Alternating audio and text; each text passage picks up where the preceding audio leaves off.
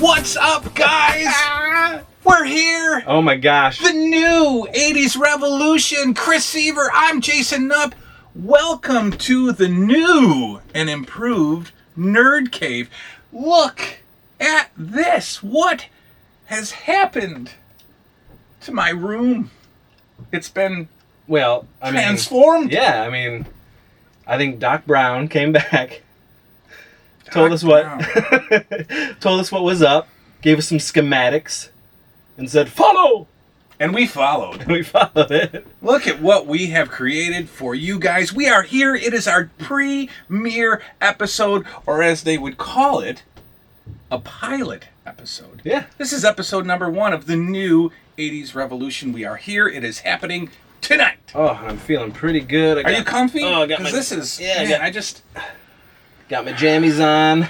Well, I mean, what else are we going to wear if we're talking about the greatest decade of all time? That's right. And what else are we going to wear if we're talking about the topic of episode number 1, which is... Cartoons! Saturday morning cartoons! What could be more influential to a child of the 80s growing up in the best decade of all? Other than Saturday morning cartoons. That's right. And that is what we are going to base episode number 1 of the new 80s revolution on. So, of course, we are kicking back in our Saturday morning jammies. And I think a little later on, we're going to have a little snack. Oh, yeah, we are. We're going to have a little breakfast, if you will. Yeah, you can't do Saturday morning cartoons without the essentials. And you know what that is, guys. You know what that is. We'll show you that a little bit later. But cartoons. Yeah, man. Let's get into this. I mean, tell me some memories of Saturday mornings, waking up, turning on the tube. What was that like for you? I mean, like any kid, it was a ritual. It was a you cannot wait until Saturday morning. Do you know what I mean? Like, you knew it was coming. The anticipation was growing in you. It was growing. While you maybe didn't want to go to bed the night before, you knew that if you did and you did it faster, you'd get to those cartoons faster. And from what I remember, from everything that I remember, these cartoons started at about 6:30 in the morning, 6 a.m. So It was Saturday morning, guys. We weren't sleeping in till 10 a.m. I mean, the parents, at least for me, I know that my mom was definitely like, Christopher! Because I was up. I was ready to go. Ready to go. Saturday morning, 6 a.m., getting things started, capping the day off, getting it ready with cartoons. Yeah. Right from the start. So... And actually, my earliest memory of doing that, and it's tied to something that is also a little traumatic, and, this is a family show, but I will say that... Are you already getting us censored? I remember... Well, it's YouTube. You can do a lot on YouTube, but we want the children, we want the kids, we want the people to be able to see all of this. We have a 10 or 11-year-old fan watching us, I know. That's right. Mr. Bill Elston checking us out, 10 or 11. You've had a birthday since, but that's what it's all about, man. Teaching you guys about the good old days. So anyway, I remember, I won't, so where I was in this, before I lived in Wellsville, New York. I was born in Wellsville, New York, but my mom took me to Olean, New York, which is about 40 minutes away. So I can remember this brown house, brown walled paneling, wood paneling house, running down the stairs, and they were the loudest stairs in this place. And I remember going down and turning on Spider-Man and His Amazing Friends, and I loved that show. This was probably 1981, and I flipped for this show, and I can remember my mom and her boyfriend at the time coming into the room, clearly looking like some things went down in that early morning. People were doing that back then too. And I got yelled because I was what? You know, I was like, and for some reason I couldn't say Spider-Man. I said Mia-Man. That's So not I was even like, close. I know, but I was always like, Mia-Man! I was doing that and running around the living room and flipping webs and thwipping this and that and yeah. So that was your earliest. And I got reamed out, but I vividly remember that, and it was Spider-Man and His Amazing Friends. Okay, I mean my sort of not earliest cartoon memory, Saturday morning cartoon memory, but the one that kind of stands out the most is a little bit more G-rated. Didn't involve anybody having kind of activity. Who knows? But for me, I remember being about 9 or 10 years old, and on Friday, I would go through one of these things. This is called a TV guide, and this is chock full of all of the television shows that are going to be on for the week. This happens to be from 1990, unfortunately, but it's a fall preview. But anyway, I would have that TV guide, and I would sit down on Friday night, and I'd get my notebook, and I would start at 6 a.m., and I would choose the cartoons that I was going to watch. Now, yes, we had cable probably earlier than we should have. We had cable in like 83, 84. And so, granted, and we've talked about this before, cable, as we know it today, was very much different back then. Cable in the early 80s was about 18 or 19 channels, and a lot of them were news, and a lot of them were fluff. So we were still just dealing with 3 channels. We were still just dealing with network TV. So I would basically go through the network, the 3 network channels, and I would choose which shows I was going to watch, and I would write them down in my notebook. And if it was an hour show, I would commit to the full hour, or I would cut it off after a half hour if there was a can't miss show coming on after that. But I would basically plan out my Saturday morning the night before. Yeah, I definitely did that later. As I got older, I would make my list. The list. And it would really piss off my grandfather, because he'd be like, Christopher! He'd be like, you're marking up my TV guide! So you'd actually write right in the TV. Oh, I had a notebook. Check. Well, speaking of lists and cartoons, why don't we tell these fine folks? Why don't we give them some insight into our favorite cartoons? Maybe our top 5 favorite 80s cartoons. Why, Jason, I think that is a delicious idea. Top 5 cartoons, guys. Let's do that now, starting at number 5. 5. Geez. Okay. You got the honors, man. I'm gonna say Spider-Man and His Amazing Friends for me.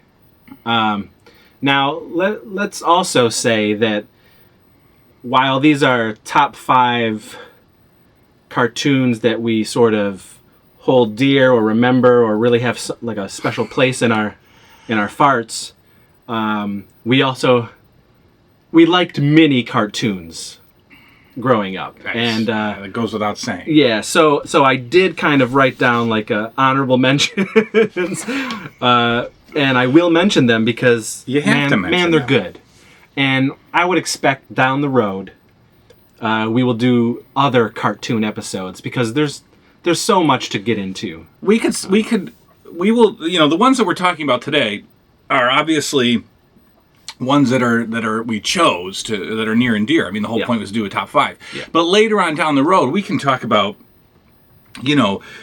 some forgotten cartoons, the honorable mentions, the ones that didn't really hit the mainstream but were so good. Maybe ones that were on for only a season.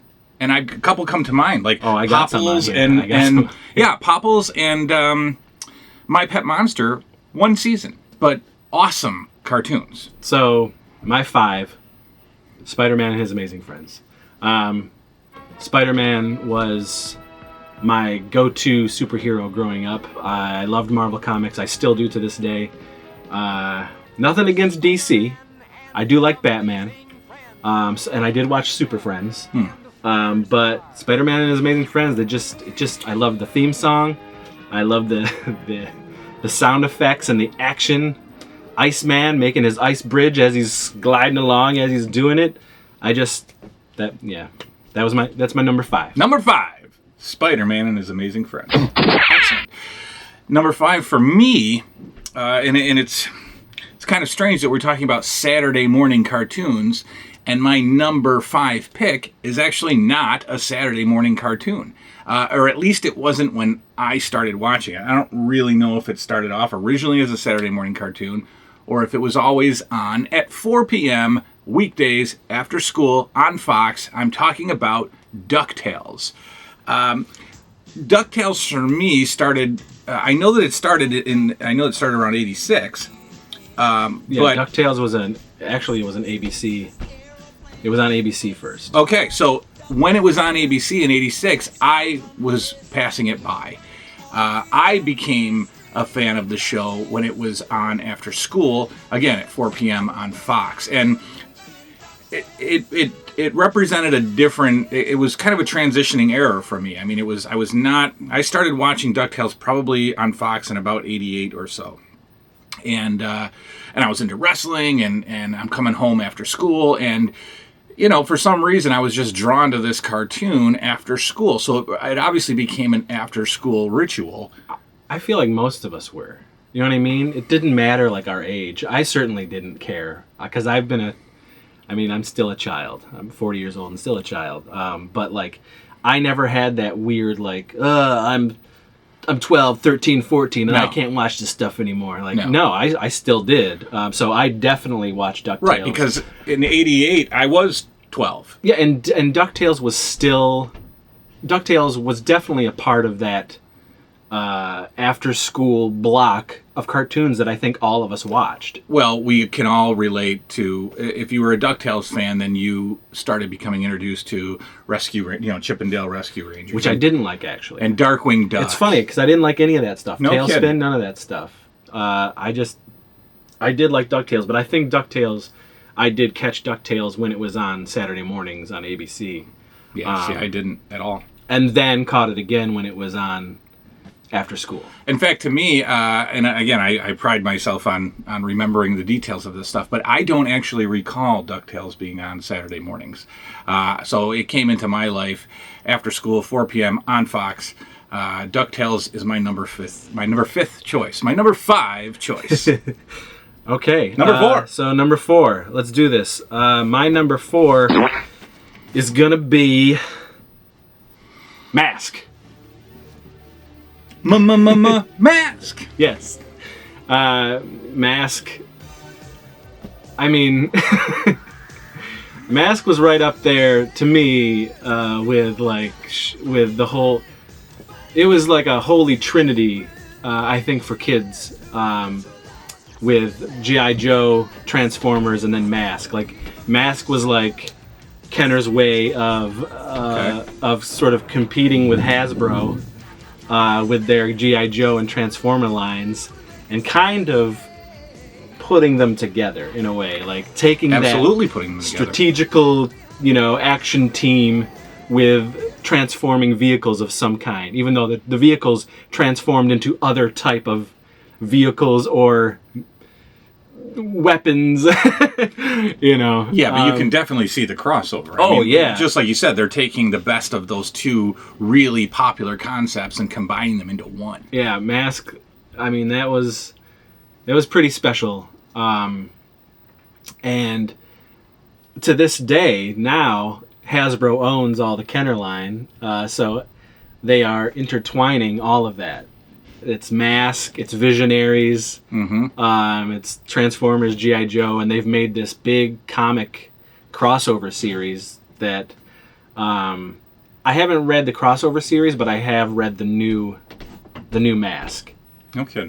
Comic, and it's really good. But so yeah, like, obviously the toys were a big deal, the cartoon, all the stuff that went along with it, and the theme song. The theme song is what really sticks with you, because like no other decade, I feel, has really like the 80s gave us so many amazing kick-ass theme songs. Not just cartoons, but television shows as well. Absolutely. And then I think about the 90s and I think about now, and it's just not there. What do you remember from now? What theme song do you remember from the 90s versus what theme songs do you remember from the 80s? I mean, we can sing probably 10, 15, 20 theme songs in their entirety only from the 80s. And again, there were theme songs in these decades, but they weren't catchy. They weren't like they just didn't grab you like they did back then. So Mask definitely is that's my fourth. Number 4. Yeah. I think we might have some similar some similar cartoons on our lists. It's okay. That's okay. We made these separately, of course, but to nobody's surprise, we've got some similarities. My number 4 cartoon is Muppet Babies. Again, kind of hard to explain. I'm Not really. An action G.I. Joe fan. I'm a wrestling figure fan.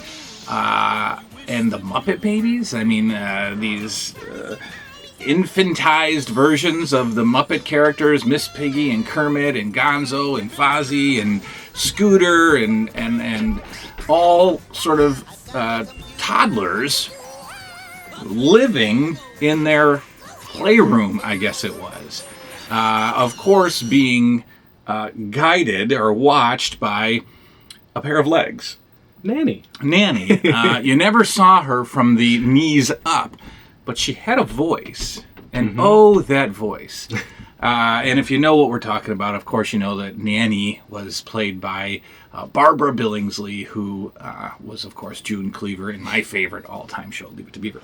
So, but here's why Muppet Babies, I thought back when I was making this, here's why Muppet Babies kind of drew me in a little bit. I think it was a break away from the intensity of He-Man, Transformers, G.I. Joe, and wrestling. Oh. It was even at 8 or 9 years old, maybe I was seeking some colorful innocence of Muppet Babies.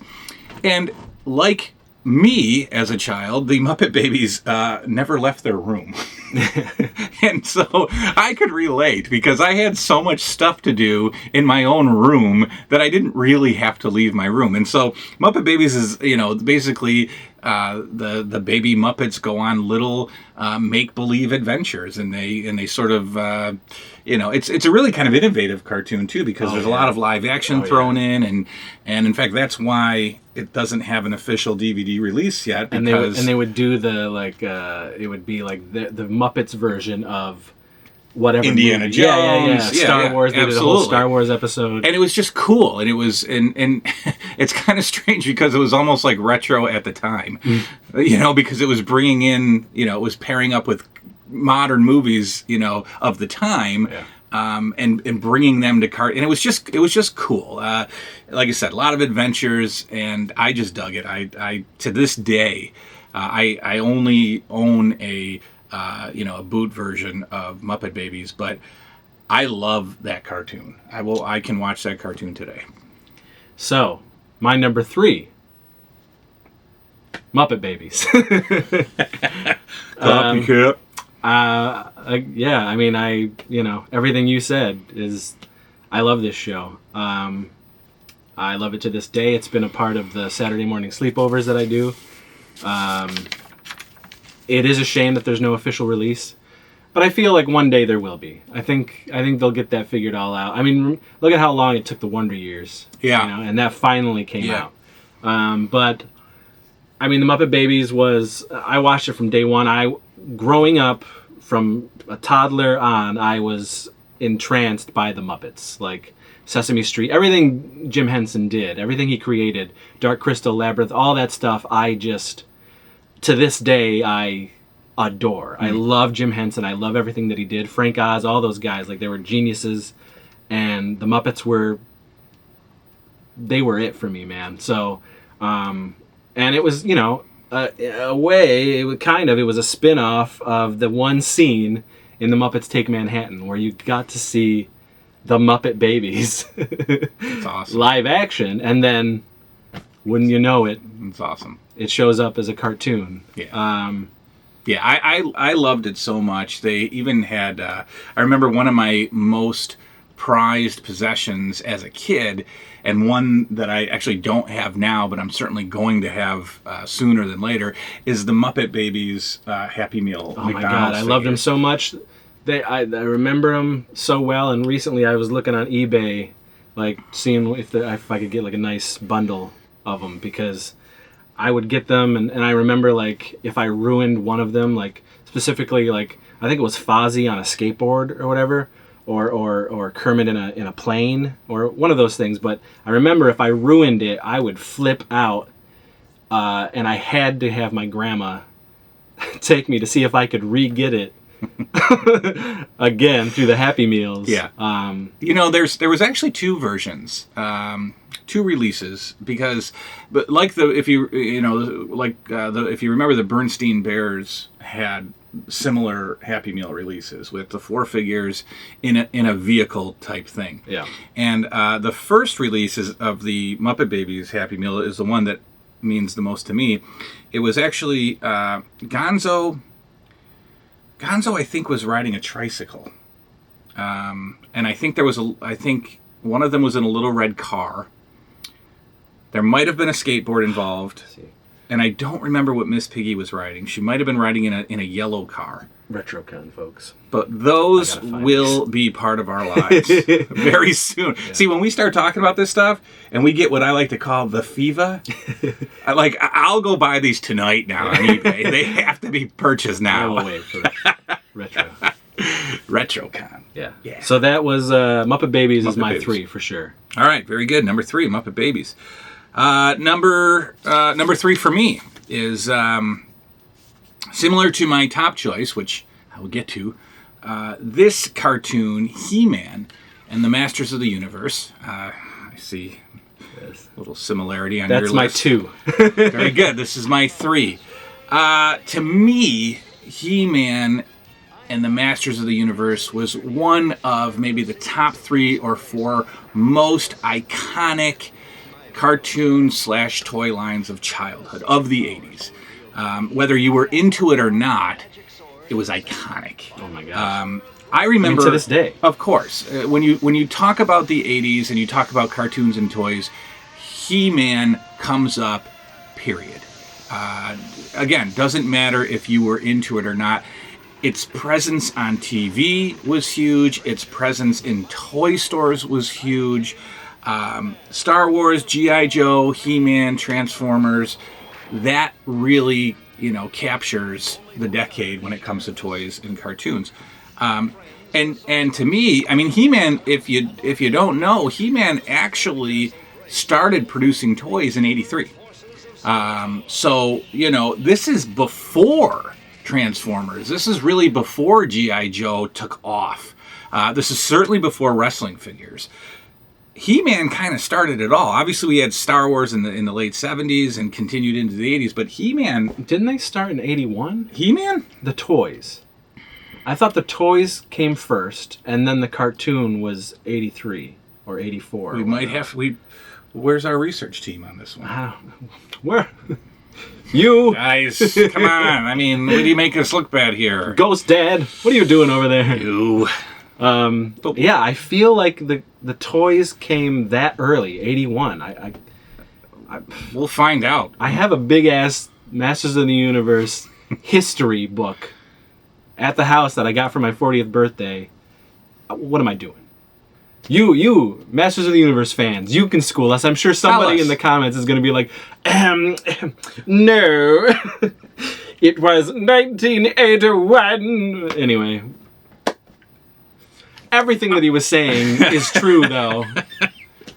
He-Man was huge. He-Man was everywhere. And to this day, there is a giant fan base. Yeah, and aside from Star Wars, again, Star Wars is in a league of its own. Yeah, it's its own thing. It's its own thing. Aside from Star Wars, He-Man was, in my opinion, the first... He-Man was the first toy to spin off into things. You got the toy, you got the cartoon, you got the movies. You know, He-Man was everywhere, and I can't remember a toy line. Yeah, I can't remember a toy line or a cartoon that came before that started all of this. Again, aside from Star Wars. So, and another real quick for me, I call it the friend connection. I wasn't necessarily a collector of He-Man back in the day, but like I said earlier, whether you liked it or not, you got a He-Man figure at some point in your childhood. Yeah. So I had a few, and I liked them, but they just weren't my thing, as far, you know. But again, another thing that really tips it over for me as far as He-Man goes, time slots. The time that I watched it on TV is really important in my memory and fondness of the show. And obviously He-Man was on at all different times of day. But I originally watched He-Man at 6:30 in the morning on weekdays. And so that would mean that I would get up before school and I would lay there all crusty-eyed and sleepy, and I would watch an episode of He-Man before getting on the school bus. And I did that every single day for 4 or 5 years, and it just really became an awesome, memorable way to start the morning. Yeah. My number 2, He-Man. I mean, again, this was growing up a Marvel Comics fan. I loved Thor a lot, and Thor is actually my number 1 Marvel character. I think he is fantastic. And He-Man took that concept and made it their own. Thor was basically fantasy with science fiction elements. It was fantasy. It was a fantasy world, but it also had beyond, our comprehension technology and all of that sort of stuff integrated into a Jack Kirby delicious supernova soup. And He-Man really took it and was like, well, this is our version of that. This is our version of Lord of the Rings and Thor and all that stuff, but with like crazy sci-fi technology and sci-fi, machines and ships and adventure and lasers and, mystical things. So that appealed to me greatly. And again, the toys, and He-Man was one of those, like, I remember, and maybe I'm wrong, but my mind remembers He-Man in the morning and He-Man after school. Absolutely. And it's probably because of syndication, because they made so many episodes of those shows, even though there's only like 2 seasons of some of these shows, but they're like 75 episodes long. Yes. Yes. That's awesome. So it was constantly there. Yeah. You could watch it Saturday mornings, but you could also watch it Tuesday afternoon when you got home. And there's a lot of cartoons like that. Oh, that will probably crossover from morning to afternoon to first thing in the morning to after school. Another thing about He-Man, the theme song. Oh, again, iconic. I mean, it's amazing. Stuck in your head 30 years later. Yeah, man. Amazing. And I am one of those 5 people on Earth that actually liked the Masters of the Universe movie from 1987 starring Dolph Lundgren. I didn't at the time. I was 10 years old. I remember going. Of course. I went to the theater. I came out of that theater like looking at my buddies that like somebody just crapped in our cereal. Like what? Like somebody was smelling blue cheese in their soup, Like, the faces, we were just like, what happened to He-Man? Like, but as I got older and being a movie fan and sort of looking into the making of that film and watching it over and over again and appreciating what they did and appreciating what the movie was, I do like it. I think it's a really fun, cheesy piece of 1980s magic. And a couple years ago, because my wife is about 9 years younger than me, so she's a 90s girl. Excuse me. You right? She's a 90s girl. I don't want to say the 90s, but she's a 90s girl, and she just wasn't exposed to a lot of this stuff. So I've had the pleasure of showing her a lot of just things that passed her by growing up. And one time we were doing a marathon, and I was like, so what do you want to watch next? And she's like, let's try this Masters of the Universe movie. And I'm looking at her like, you were gonna hate this. You were gonna run out of the room like, all right, I'm done. But she loved it. That movie was done, and she's like, I love that movie. That's awesome. That shocked me, and it made me want to like make love to her 10 times over. Anyway, so that's my number 2. He-Man and the Masters of the Universe. Blu-ray yet on the movie? Oh, yeah. Yeah? It's got an audio commentary with the director. Number 2. One of those short-lived, 2 seasons. Really looking back, pile of cheesy goo. But Hulk Hogan's Rock and Wrestling. Why? Well, it's obvious. As a kid, I ate, slept, breathed the WWF. And I loved cartoons. I loved my wrestling. They made a cartoon. It was when I first found out that my Saturday mornings was going to feature animated versions of my heroes. I mean, it was the greatest morning of my life. They're terrible. They were terrible. Check out some of the animation running right now. Look at this crap. Or up here, maybe it is. It's probably right here. It'll be right here. Garbage. Absolute garbage. Everybody asks the question, does it hold up today? No, it doesn't hold up today. Have I watched it? Of course. But is it was bad. It was bad back then. I think I knew it was bad back then. But I would have devoured anything wrestling at the time. And so, of course, it holds a special place in my heart. Really kind of funny to go back and watch it in modern times. Things were a little different back then. And a couple of the characters in the show, well, every single one of the characters in the show had some kind of cultural sort of difference. And those cultural differences were highlighted in very extreme cartoony... But man, that's the 80s. Oh, though. that's like, of that's course. In everything. It was a beautiful thing. It's the TV, the cartoons. It was all a little like... It was a little over the top. And at the time, you just didn't... It wasn't a thing. At the time, Jimmy Snuka was supposed to have a hard head that could break things because he was from the jungles of Fiji. And of course he had a hard head. And of course Tito Santana sold tacos on the roadside. I mean, it was just okay back then. And it was great. And I loved it. And that's my number 2 favorite. All right. So... Now we're going into number 1. The power of number 1. All right. My number 1 cartoon of the 1980s that truly means something to me. The Real Ghostbusters. The 1986 classic, I say, classic. 5 seasons. Although...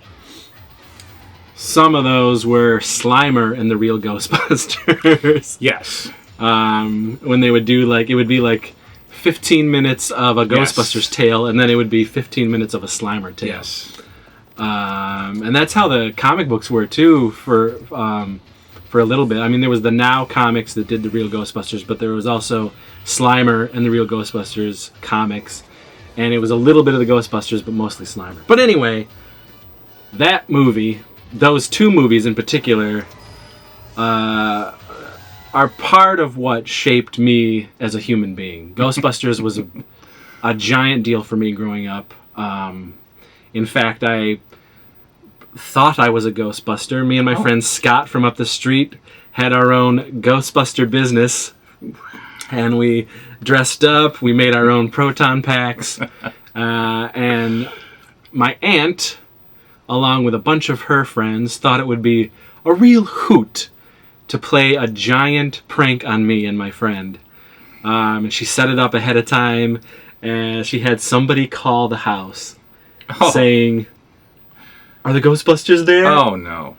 And she was like, "Chris, there's somebody for the Ghostbusters." And I'm like, What?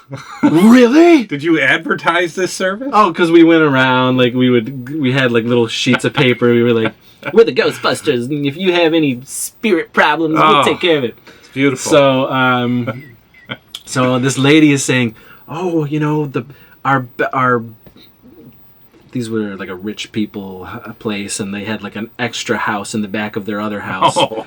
And they're like, that house there's something going on, and I'd really love you guys to come check it out. So my aunt drove us to this place. Oh my goodness. And we get in there, and we have all of our makeshift Ghostbuster stuff, and the Kenner trap and everything.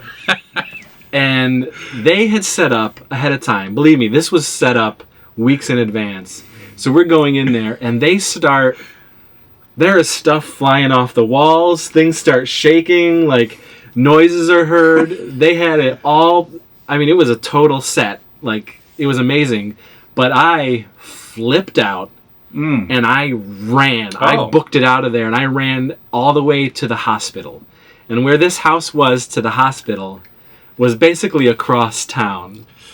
I booked it. I was terrified. Hospital you chose. It was. I just ran to the hospital, probably because like I couldn't run anymore, and I was just like, Well, the hospital would probably save you from malevolent spirits. I don't know. Well, anyway, they pick me up there, and they're laughing their asses off at me, and my aunt's like, it was a trick, it was a prank, and I go back there, and then I see all the people that were involved.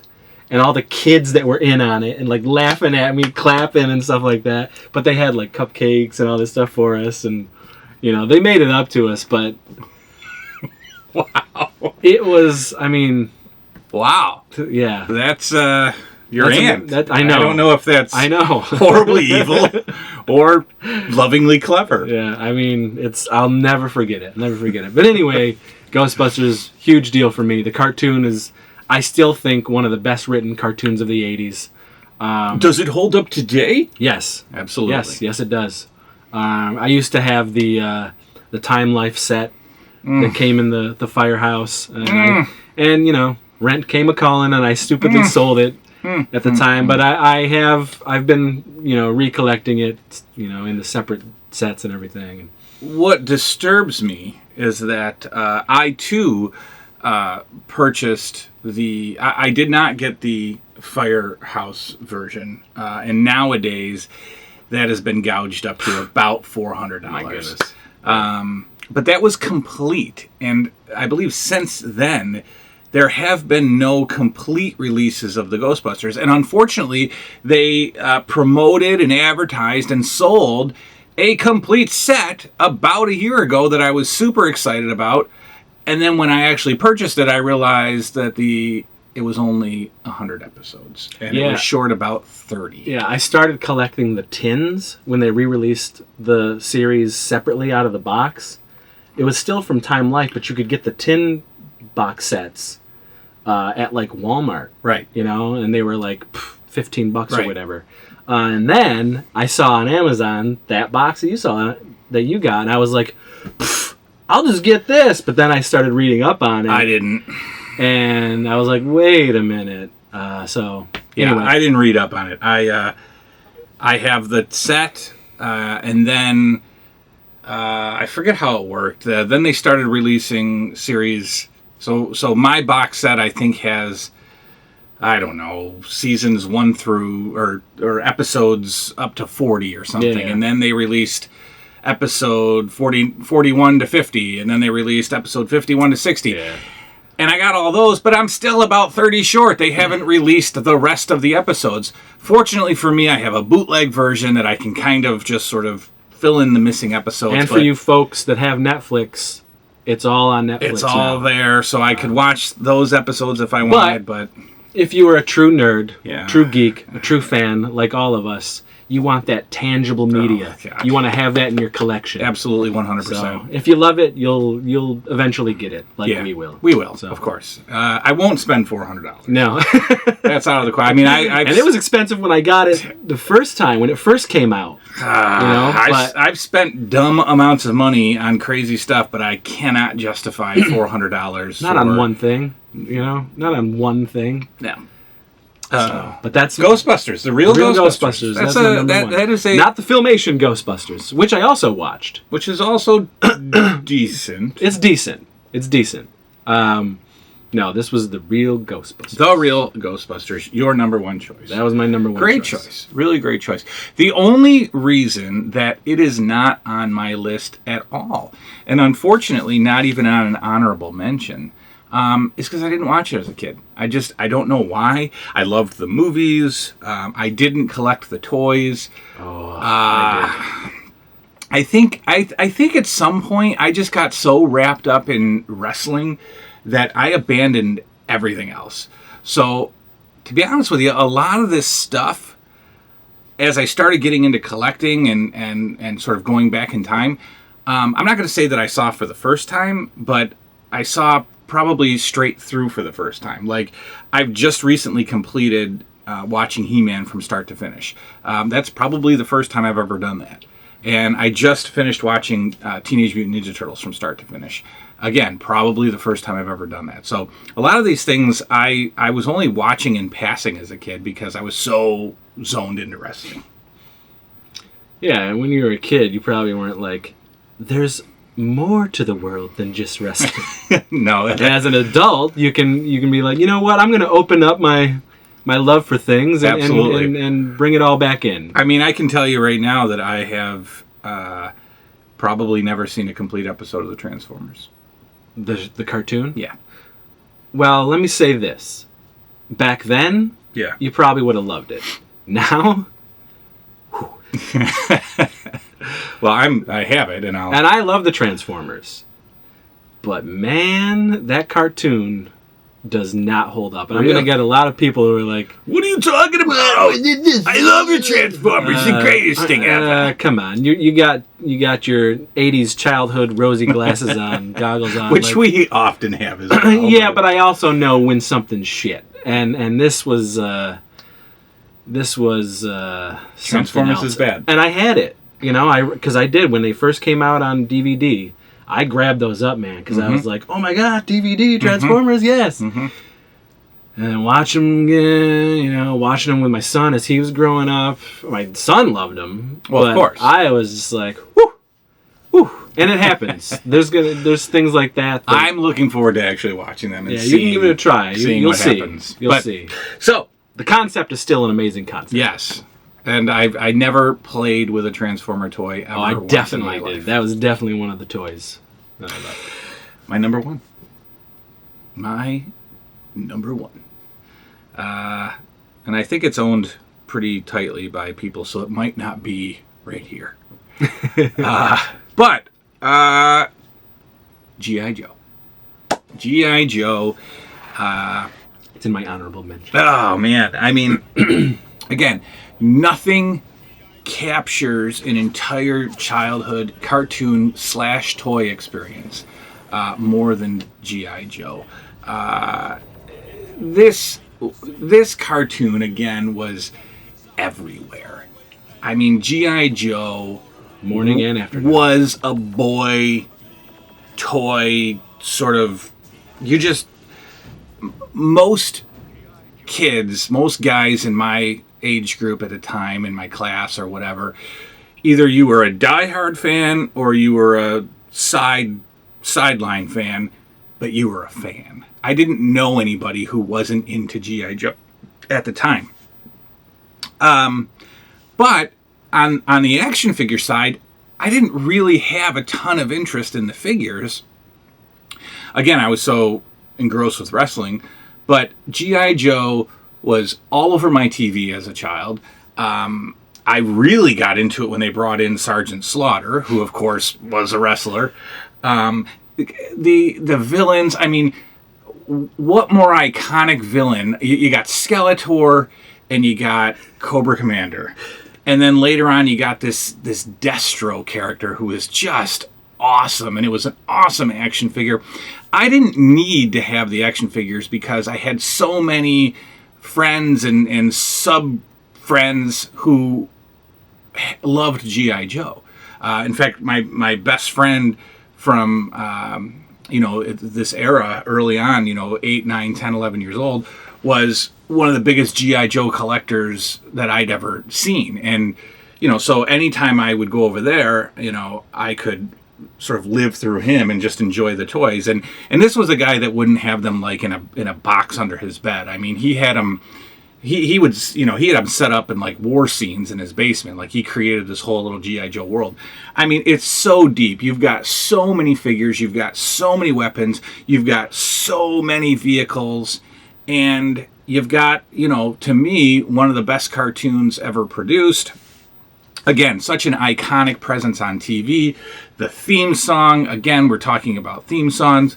The toy commercials, everything. Cereals. The cereal. I mean, this was also, and if you go back and you read the comics, and this is really, again, the connection between comic books and cartoons is so huge for this generation. But, I mean, we're talking about a storyline here. I mean, you could watch G.I. Joe as if it were sort of a series of events, of storylines. You'd follow the character development. You would, it was just awesome. And when we talked about time slots, this was the 6 a.m. cartoon for me. So 6 a.m. weekday mornings before school, I would get up and I would watch from my bed, because even at 8 years old, I had a TV in my room.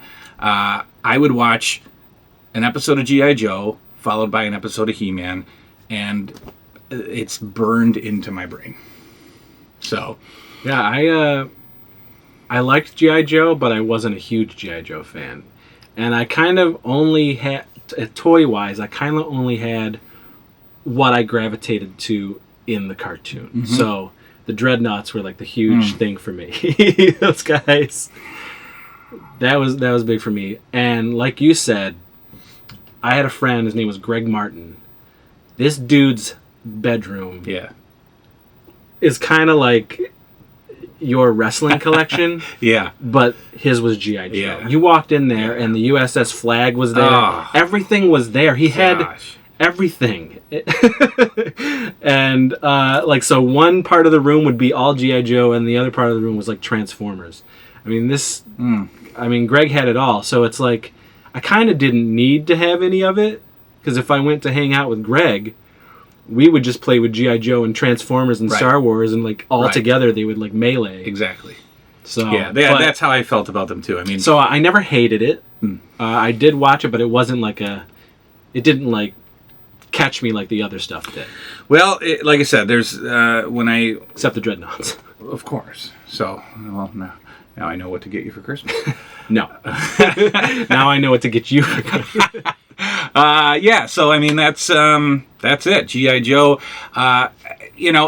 When I started collecting toys, when I started really kind of creating this whole toy world here in my room, G.I. Joe was always just kind of a fantasy. I mean, it was something like, okay, you just don't have the room to do that. But it still sits there. I still see it. I still watch other people's collections on YouTube, and it's still kind of floating around the back of my mind. But it's not something that I can just buy a couple of figures here and there. I would have to throw myself completely into a G.I. Joe collection, and you need your own room if you're going to go that far, because some of these, the vehicles are huge. You talked about the USS flag. That's massive. The Cobra Command Center is gigantic. Their play sets were insanely, iconically huge. Mm-hmm. Yeah. So G.I. Joe for me, that's our top 5. Top 5. What about you guys? I mean, interact with us. What were you into? Tell us about your cartoons. Yeah. Tell us about your top 5. I'm just going to go through real quick. Honorable mentions. Honorable mentions. I won't really talk in depth about them, but these are the shows that also did stay with me. To this day, I remember them. And There's about 96. I know. Okay, but this was my Saturday morning, and this was my after school in the 80s. So, honorable mentions. Anything Scooby-Doo. The Littles. Denver the Last Dinosaur. Transformers. Thundercats. The Trollkins. Thundar the Barbarian. Captain Caveman. The Snorks. Pac-Man. Get Along Gang. Kid Video. Mr. T. Punky Brewster. Punky Brewster had a TV show and a cartoon. 1 season. She hung out with Glomer. Shirt Tales, Captain N the Game Master. Wow. Turbo Teen, the kid that turned into a car. Teen Wolf, DuckTales, Gummy Bears, G.I. Joe, Elvin and the Chipmunks, Inspector Gadget, Dennis the Menace, Count Duckula, Centurions, Silverhawks, Jace and the Wheeled Warriors, Rubik the Amazing Cube, Pee-wee's Playhouse, Hey Vern, It's Ernest, Elf Animated. They did 2. The Elf Tales. Yeah, they did Elf Tales. That was the second run. Sesame Street, Mr. Rogers, Saturday Superstars of Wrestling, and Glow. The gorgeous ladies of wrestling. So basically you just named off every cartoon that's ever existed. No. I didn't. But those shows I did watch. And those shows, some of them I still own. And those shows, some of them are in the Saturday morning sleepovers that I do. And if I could, if it's possible, and if they're out there, I would own all of those cartoons. Some of them are out there. I want them all. Some of them are out there. I have some of them. There you go. Those are the honorable mentions. Well, I've got honorable mentions, but I kept it short. I even typed it in small font. I wanted to, Well, look. This is your show. This is our show. You do what you want. Well, I also wanted the fans out there to maybe one of those was something that they were going to be like, but you didn't represent this. Yes, you did. Somebody's memory is also going to be triggered because you. Yeah. First of all, Trollkins. You got me on that one. Oh, I'll have to show you. You got me on that one. I would go to my Grandma Bowker's and watch Trollkins. My honorable mentions. Get Along Gang. And since I don't have as many, I'll tell you a little bit why quickly. Get Along Gang. Why? Because they worked out of a clubhouse. And there's nothing more cooler in 1985 to a 9-year-old than a clubhouse or a fort. And I was building forts probably every single day of childhood. Some were magical, and some I made in my closet. But it was all about the clubhouse and the fort. Get Along Gang, again, all lived in a clubhouse. Scooby-Doo. Scooby-Doo, again, like you said, everything Scooby-Doo. Pup Named Scooby-Doo is a fantastic show. I love it. And Scooby-Doo, the original...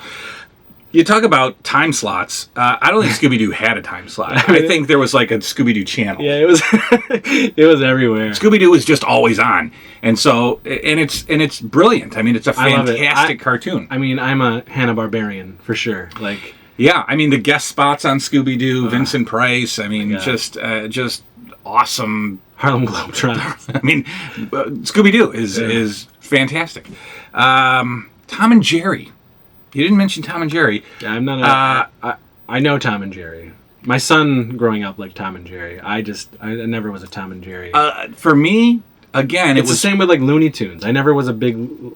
No. Nah, Bugs Bunny didn't do it for me. None of those guys. I don't think Looney Tunes did it for me necessarily, but Tom and Jerry again were always on. They certainly were, and they would run for what seemed like as a kid hours. And it might have been just an hour, but, we have no concept of time as an 8-year-old. And Scooby-Doo was just, Tom and Jerry was just always on. And I actually like it. I like Tom and Jerry interacting. I like the little things that they did. There was a bowling episode of Tom and Jerry, which you guys know me as, a bowling freak when I was a kid. Huge bowler. I'm a bowler. And so, Alley Cat was the... title of the episode. Creative. And Flintstone Kids was an honorable mention for me. I like Flintstone. For some reason, Kids. I was really into the kid versions of, so Muppet Babies, Flintstone Kids, Pup Named Scooby-Doo. I'm surprised I passed that. Yeah. Yeah, I did like the Flintstone Kids. I dug Flintstone Kids a lot. And I remember it was funny to me how the kid Fred was trying to emulate the grown-up Fred with the voice. So as a little kid when he was doing the Fred voice, I do remember that. I do remember that. Yeah, so Flintstone Kids definitely up there. That, I believe, does not have an official release. I don't even know if there are an official number of Tom and Jerry episodes. I've never seen a DVD release. You know what we didn't mention? Smurfs. Where are we at with Smurfs? Oh, my God. I didn't have that on there? I don't see. This is what happens. This is what happens. I did watch the Smurfs. Loved the 1981. Smurfs. Yeah. Smurfs was great. I was a big fan of the Smurfs. To me, there's like two eras of Smurfs. There's like the first half of Smurfs, which was just adventures in Smurfland. But then it took kind of a weird sort of. Do you remember? It took a. I don't know how to describe it, but there was other characters coming in. Yeah. They weren't pirates. I think it was like. I can't. But Smurfs got weird in the second half of the series, and I didn't like it as much. Yeah. And I don't think Gargamel was a bad guy in the second half of this. I think he was taken out. But anyway, so that's that. That's the top 5 list, plus the honorable mentions. Some of us, many more honorable mentions than others, but hope you dug our top 5 list of favorite 80s cartoons. Oh my god, I think they did. So should we take a break? Oh, we gotta take a break. After these messages, we'll be right back.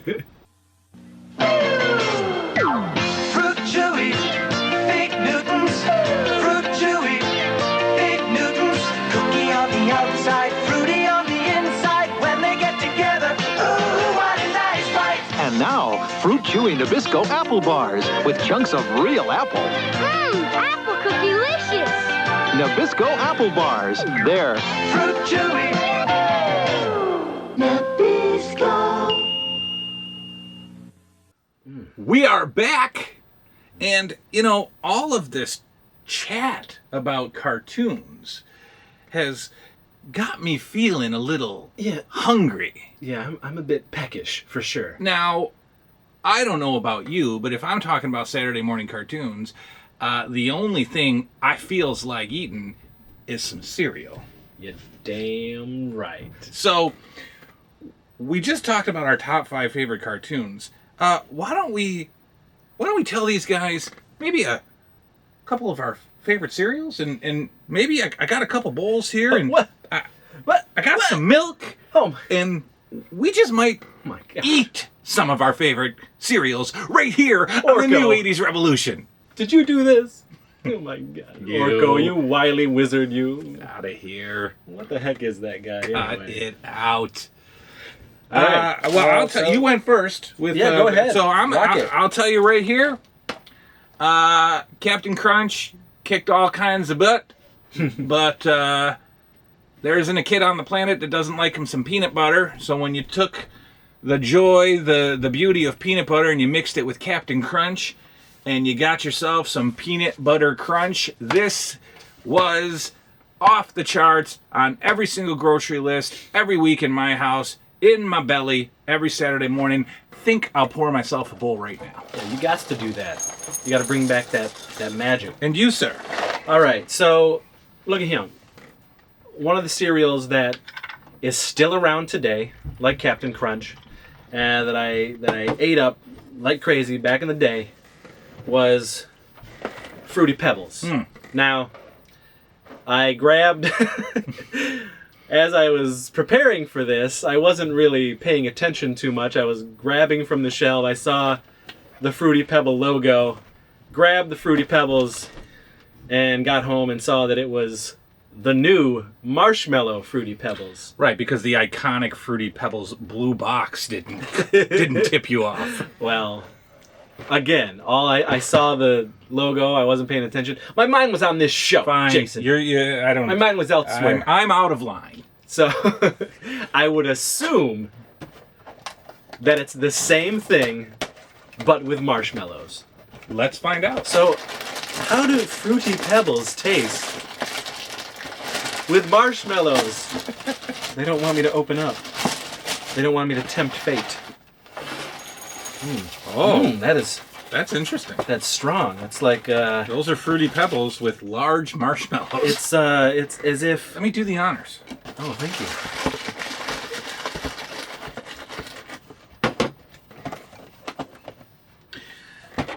Captain Crunch, Peanut Butter Crunch, iconic cereal in my cupboard Saturday mornings. Fruity Pebbles with marshmallows for this guy. Cheers to you, sir. Yes. So, here we go. Does it hold up?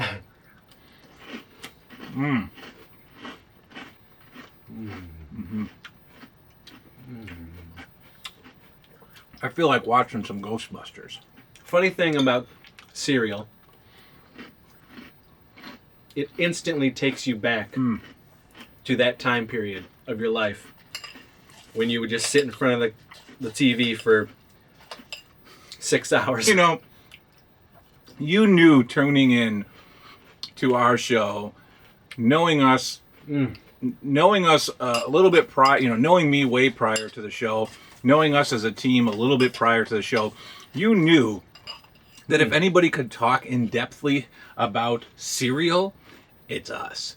And you're absolutely right. Sitting here eating cereal really does bring you back to instantly to childhood. I mean, the noise,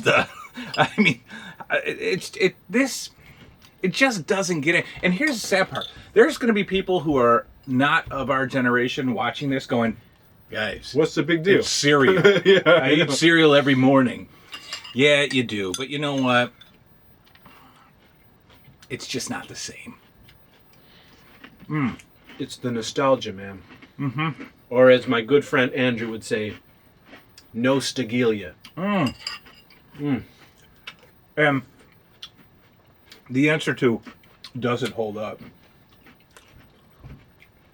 Captain Crunch Peanut Butter Crunch. Well, I gotta tell you, this tastes exactly like Fruity Pebbles, but it's as if Lucky the Leprechaun decided to sneak in the pantry at night and drop a couple of marshmallow deuces into your cereal. Drop his seed, if you will. I mean, it almost enhances to where it, dare I say, is kind of better than, Really? than it was. Well, you're eating this for the first time. You've never had this. It's pretty good. Boys and girls, what's the best? Diabetes. Obesity. What's the best part of eating a bowl of cereal? Oh, drinking that milk. Drinking that exotic milk at the end. You know why it's so good? Because it's milk like you've never had before. It's Captain Crunch Peanut Butter Crunch flavored milk. And you're not getting that unless you pour yourself a bowl of Captain Crunch Peanut Butter Crunch. So this was a real treat, but we're not done yet. No. Much to the chagrin of our blood sugar. Right. And the viewers who are just watching two dudes eat cereal. It's not over. Oh my goodness. You have a second favorite, I believe. I do. And let's be honest. My second favorite, Cocoa Puffs. It could have been Cocoa Krispies. So you're into anything cocoa. Anything chocolate was my jam. Quite honestly, the chocolate cereal that I always grabbed was Count Chocula. Because remember, kids, back when we were growing up, it wasn't seasonal. You could just get That's right. Count Chocula off the shelves. Same with Frankenberry, That's right. Boo Berry. You could just get them. This wasn't just a Halloween special. It wasn't until 2010 that they started making it seasonal. And Count Chocula, oof. And the only reason I didn't put Count Chocula on this segment, was because we're going to save that for our Halloween special. As you know, folks, it is October. It is. And Count Chocula is out there on the shelves. Yes. But the next best thing for me, Cocoa Puffs. Cocoa Puffs. Now, I gotta tell you, I have not had Cocoa Puffs in a very long time. Okay. So this is gonna be something special. Who knows where this is gonna take me? No clue. You're about to see something. We don't even know where this is headed. Oh, I haven't had Peanut Butter Crunch probably in about, I don't know. I think I've had it in the last decade. I think it was a nostalgia buy for me. While you're pouring that, how's that? Oh man. while you're pouring yourself a bowl, and those are dark. Those are that's deep dark chocolate. This is. They went to the jungles of Colombia to find these deep, dark bunny turds. I believe you were trying to say earlier. Yes. Another, and again, this is not like, oh, I must eat Fruity Pebbles. I'm just talking about, I picked these because Captain Crunch, Peanut Butter Crunch, actually, I loved. But my other favorite cereal as a kid was actually something a little bit less cartoony. It was Cinnamon Toast Crunch. All right, here. That's on my also cereal. When this list. came out, kids were rioting in grocery stores if there was no more Cinnamon Toast Crunch. But I just wasn't feeling like eating it tonight, so I got another iconic 80s, and they have not changed this a bit. If you go in the stores and you look at like Honeycombs, Sugar Smacks, they have changed around the characters, they've changed around the cartoon, but Fred and Barney and Fruity Pebbles pretty much looked like this about 30 years ago. They made a pact with Snap Crackle Pop. And also have not they're like, changed. bro, we ain't gonna change. Let's pinky swear. It's like The Simpsons. We're gonna stay the same. They're forever. just staying the same forever. So, but I like that. Yeah, that's loyalty. Yeah, very good. That's stuff. family. So enjoy your. All right, man. Those really are like bunny turds. Let's see. And we've got. Let's see where this takes me. This rainbow. You can't see it, but this rainbow. Oh my goodness. Collection. I wonder what this milk is going to taste like. Oh. Fruity Pebbles and Fruit Loops smell exactly the same. Exactly the same. Oh my god. Oh my god. Doesn't it take you back? Oh. It is the same. Cocoa Puffs, no. They changed it. Oh, speak to me, brother. This does not taste like Cocoa Puffs. Oh my goodness. Not the Cocoa Puffs I remember. Really? This,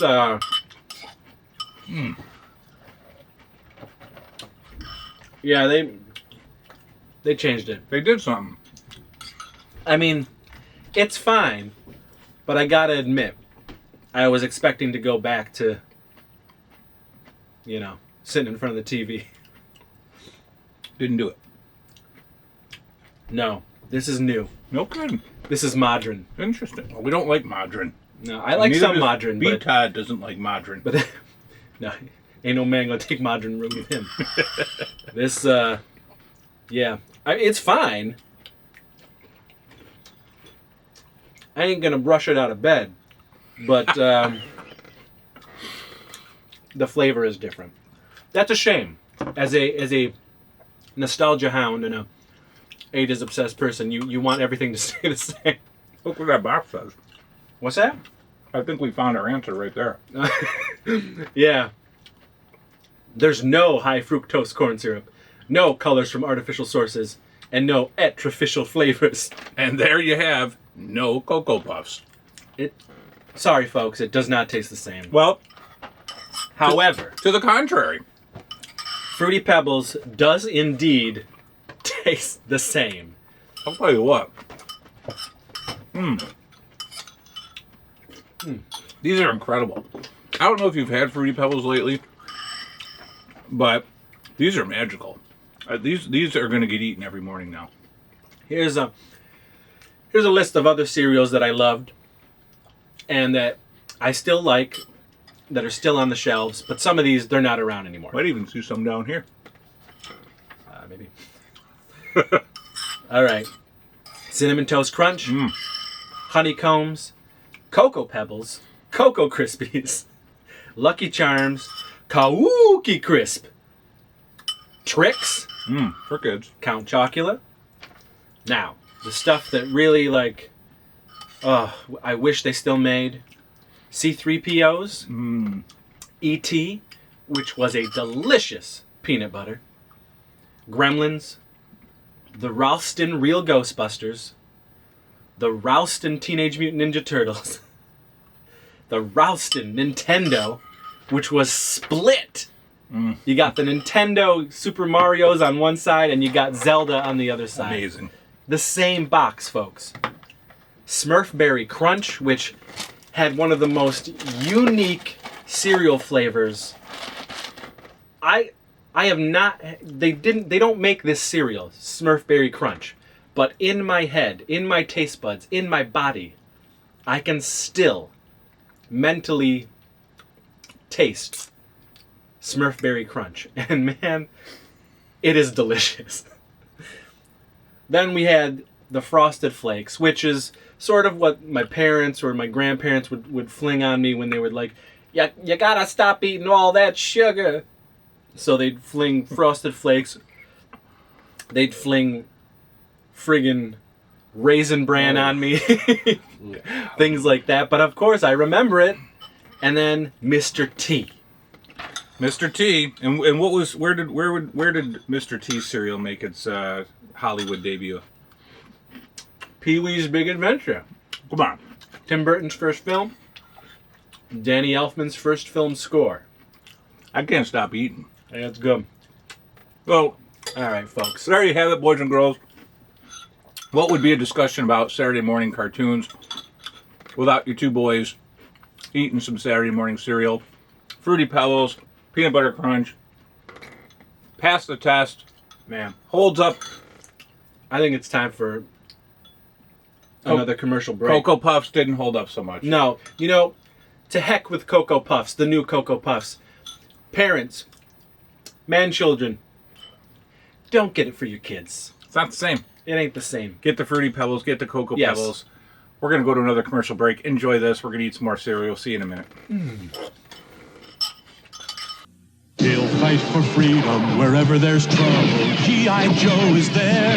G.I. Joe. Cobra's attacking our winter outpost. Call in the members of the G.I. Joe team. And here's Gung Ho, Airborne, Doc, and Snow Job. And every Joe has a two-handed battle grip. Get aboard the Battle Bear. It's G.I. Joe to the rescue. G.I. Joe. American hero. We chased off Cobra. Way to go, Joe. G.I. Joe Battle Bear. Joe and Cobra figures each sold separately from Hasbro. Guys, we are back. This is a part of the show that we like to call, I totally remember this. Do you?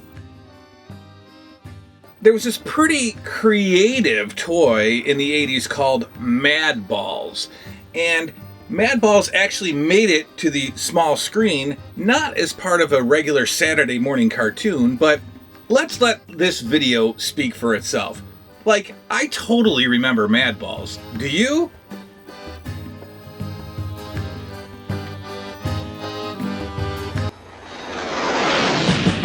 Shake my nerves and you rattle my brain. Too much love drives a ball insane. You broke my will, but what a thrill. Goodness gracious, great balls of fire. Let me love just I thought it was my name. You came along and moved me, honey. I changed my mind, this love is mine. Goodness gracious, great balls of fire.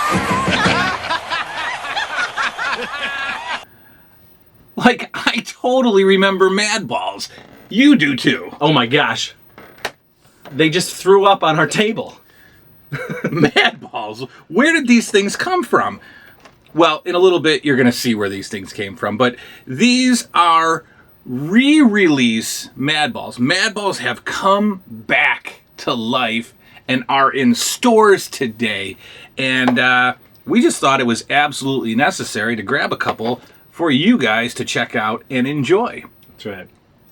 Look at this. This is Bruce Brother. Fist Face. So Mad Balls were what? Were basically a kind of a gross out toy back in the 80s, a foam ball, and we're going to let you take a look at it a little closer in a minute, but a foam ball with some, over the top gross feature. Yeah, well, I mean, yeah, it was the American Greeting Card Company, the most famous greeting card company in the world. Made these things. Made these Mad Balls. It was their answer to Garbage Pail Kids. It was their version. Good point. But they made, so it was American Greetings / Am Toy, but they were also responsible for the Popples, Strawberry Shortcake, the Get Along Gang. So like, oh, My Pet Monster. which slight connection, but yeah. this is no Get Along Gang. And the originals were sort of, they were a little bigger than this, and the first run that they had were more rubbery. And there was a controversy where the kids were getting hurt because they were getting pegged by mad balls that were a little harder than they should have been. So the second series that came out were foam. Gotcha. Good insight, man. And I remember having maybe one, maybe two of the first series. But I gotta be honest, like, it was the foam ones that I really truly remember because they would get ruined way faster than the other ones would. If it wasn't me picking the foam and like destroying it, it was like an animal or something else happening to it, and a big chunk of your mad ball destroyed. Yeah. But you know, back in the day, these things were like $3. Exactly.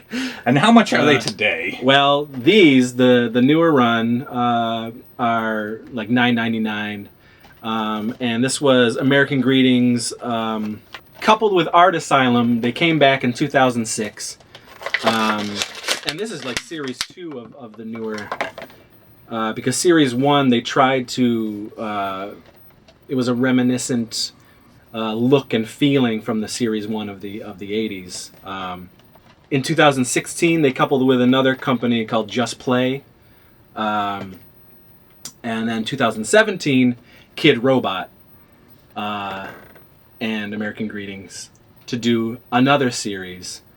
So check out our adventure as you and I hit the streets looking for mad balls. What's up, guys? The new 80s revolution, and we are on scene at Best Buy because we are on the hunt for mad balls. And not just any mad balls, horror-themed Best Buy exclusive mad balls. Chris Seaver. That's me. Little Elliot from E.T. He's here too. We are here to check out Best Buy, see if we are lucky enough to find some mad balls.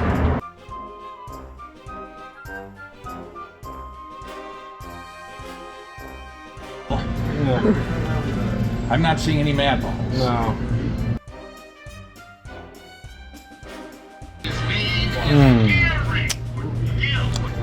There's no organization to the Best Buy.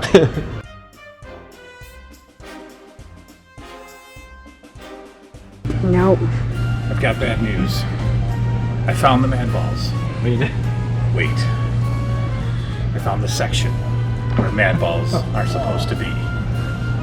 5 empty pegs. Get a sad shot of this. Oh, man. Leatherface, Jason Voorhees, Freddy Krueger, Predator, Facehugger, Xenomorph. Not at all at Best Buy anymore because of you no good man-child adult collectors. Yeah. You're ruining it for people who also want to collect, who are adults and man-children. That was a bust. Yeah, it was. Best Buy had no horror-themed Best Buy exclusive mad balls, so we... Not for us anyway. Not for us. They had them for lots of other customers because they're sold out.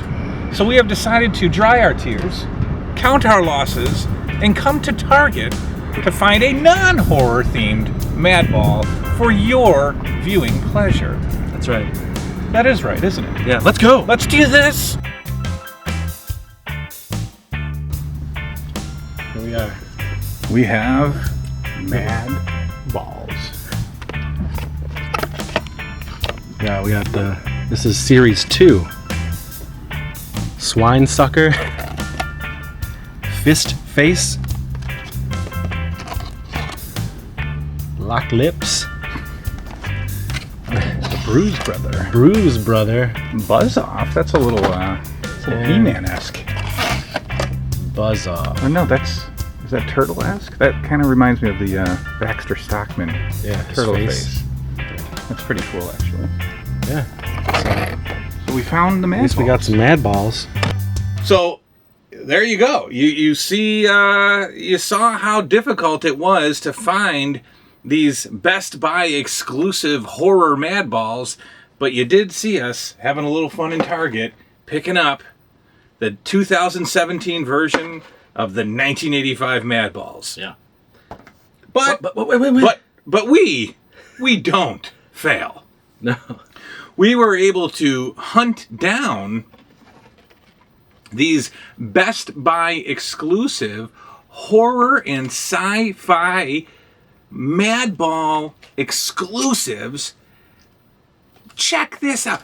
A Freddy Krueger Mad Ball. A Jason Voorhees Mad Ball. We got Leatherface.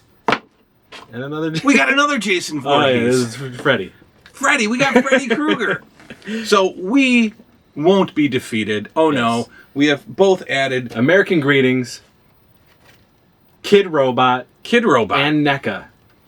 They all got together, made a delicious soup, and created the horror-themed Mad Balls. Best Buy exclusives. These are already gouged on eBay. Oh my gosh. Already. Yeah. These were $9.99 a piece. They are going for about $30 Yes. on eBay right Yes. now.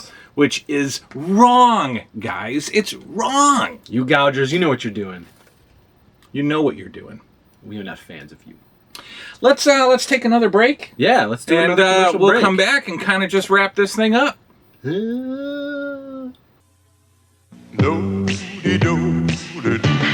see.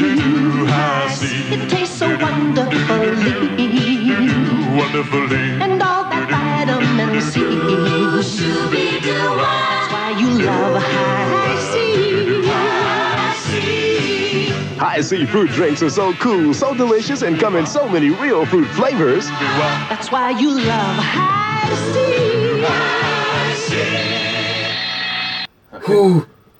Guys, we are back, and you know what?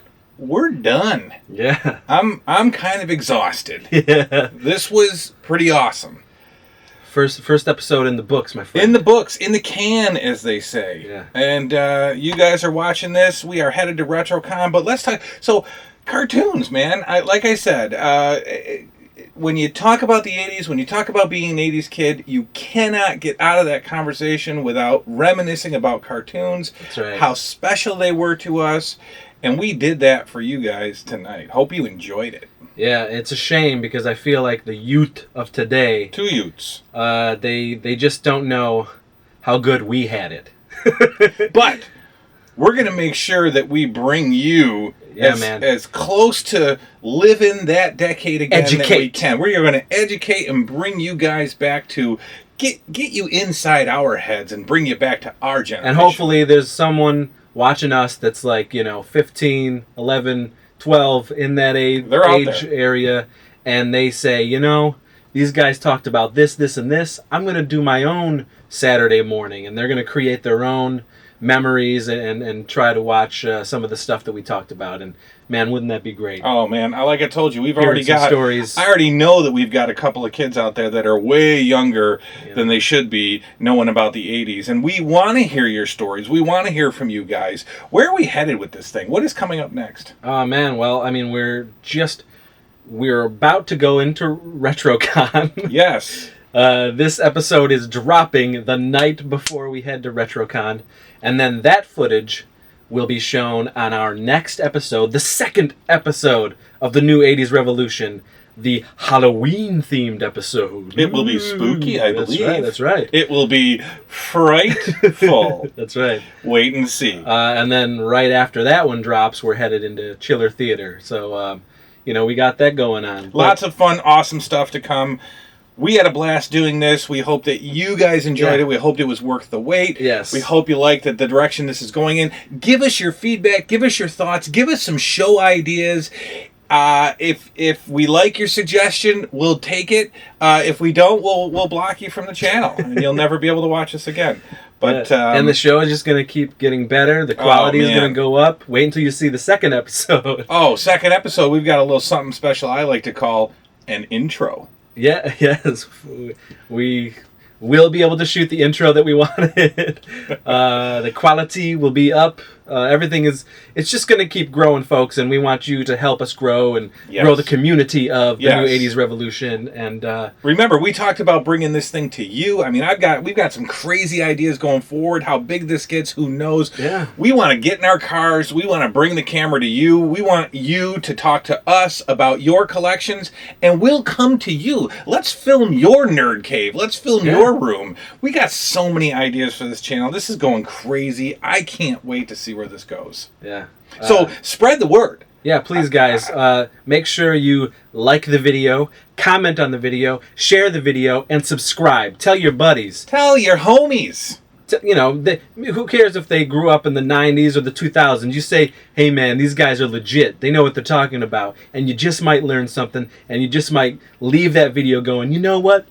I think I want to check out Brave Star, or I want to check out something like, anything like that. You want to check out the Toxic Avenger. You know? This guy's Chris Seaver. I'm Jason Nupp. This is the New 80s Revolution. Thank you all for hanging out with us, and we're probably going to see you next time.